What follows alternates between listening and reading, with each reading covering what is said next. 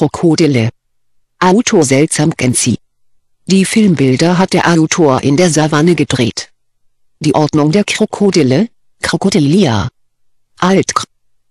Krokodil, umfasst zusammen mit den Vögeln die letzten Überlebenden der Archosaurier, zu denen außer diesen noch die ausgestorbenen Pterosaurier und Dinosaurier gehörten. Von den heute noch existierenden Tiergruppen stellen die Krokodile also die Schwestergruppe der Vögel dar. Diese Verwandtschaft lässt sich aufgrund einer ganzen Reihe von Merkmalen, vor allem der Ausbildung des Herz-Kreislauf-Systems begründen. Aufgrund eines Knochenpanzers unter der Haut werden sie auch als Panzerechsen bezeichnet. Alle heute lebenden Krokodile leben in Flüssen und Seen der Tropen und Subtropen, nur das Salzwasserkrokodil kann auch im Meer leben und kommt häufig an den Küsten verschiedener Inseln vor. Als Anpassung an ihren Lebensraum können die Tiere sehr gut schwimmen und tarnen sich im Wasser, indem sie vollständig bis auf Augen- und Nasenlöcher untertauchen. Der Körperbau der heutigen Krokodile sowie ihre Physiologie sind sehr stark durch die Lebensweise im Wasser geprägt. Zu diesen Merkmalen gehören der flache Körperbau mit der meist breiten und flachen Schnauze sowie der zu einem Ruder ausgebildete und seitlich abgeflachte Schwanz. Krokodile erreichen abhängig von der Art Körperlängen von 1,20 Meter bis über 7 Meter, fossile Arten erreichten sogar Körperlängen über 12 Meter. Krokodile wachsen fast ein Leben lang, die Geschwindigkeit des Wachstums stagniert jedoch mit zunehmendem Alter, so dass der jährliche Längenzuwachs bei älteren Krokodilen nur noch wenige Zentimeter beträgt. Alle heute lebenden Krokodile sind in ihrem Körperbau und in ihrer Lebensweise an eine amphibische Lebensweise angepasst, wobei sie den Großteil der Zeit im Wasser verbringen. Bis auf eine Ausnahme, das Leistenkrokodil, leben sie alle überwiegend im Süßwasser, können jedoch auch im Brackwasser oder im küstennahen Salzwasser angetroffen werden. Dabei gibt es sowohl Arten, die offene Gewässer wie Seen und größere Flüsse bevorzugen, als auch Arten, die in Bachläufen und im Unterholz leben. Ihr Verbreitungsgebiet ist auf die tropischen Bereiche eingegrenzt, nur die beiden Alligatorarten leben in ihrem nördlichen Verbreitungsgebiet in Bereichen mit leichten Wintern. Neben diesen Eigenschaften ist das Vorkommen auch abhängig von dem Nahrungsangebot, dem Angebot an Brutplätzen, der Konkurrenzsituation sowie der Bejagung durch die ansässige Bevölkerung. Alle Krokodile sind Fleischfresser. Dabei jagen die meisten Arten sehr unspezifisch jede Art von Beute, die sie mit ihrer Größe überwältigen können. Nur wenige Arten sind spezialisierter. Dies sind insbesondere die sehr schmalschnäuzigen Arten mit reusenartigen Zähnen, Ganges gavial, Sunder gavial, Australienkrokodil, die vor allem Fische erbeuten.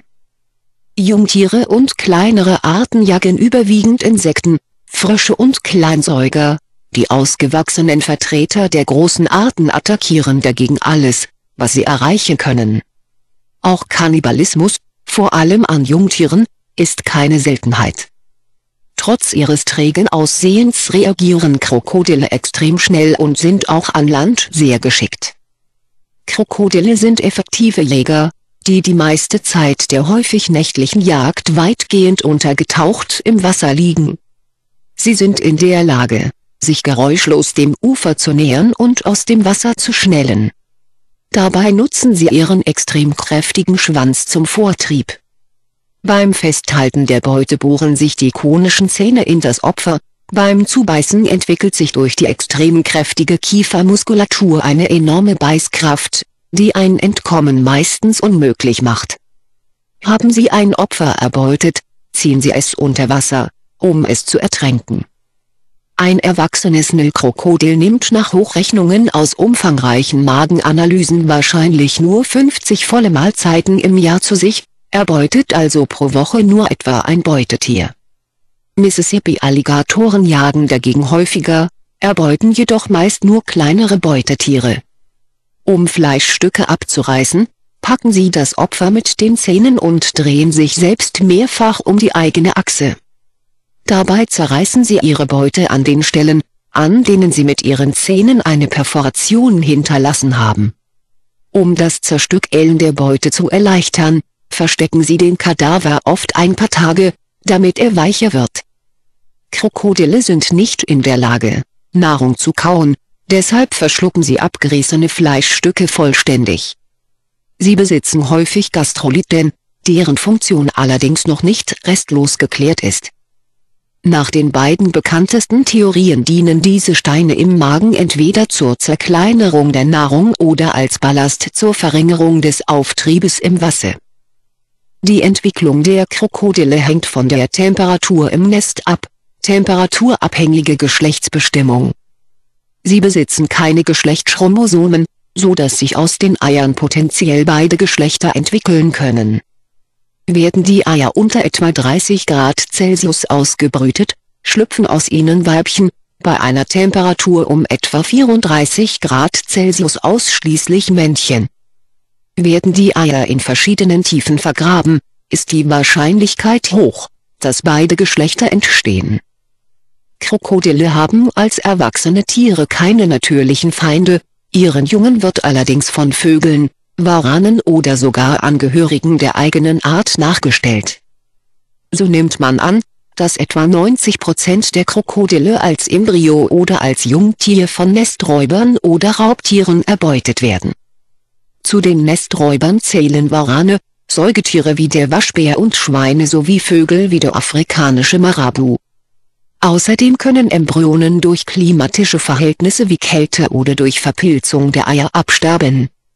Jungtiere können von Greifvögeln und Reihern erbeutet werden. Eier und Junge werden bei vielen Arten zum Schutz vor Räubern vom Muttertier bewacht. Dieses kann seinen Jungen beim Schlupf auch helfen, sobald diese sich akustisch bemerkbar machen. Danach trägt die Mutter ihre Jungen häufig sogar ins Wasser und wehrt potenzielle Fressfeinde ab.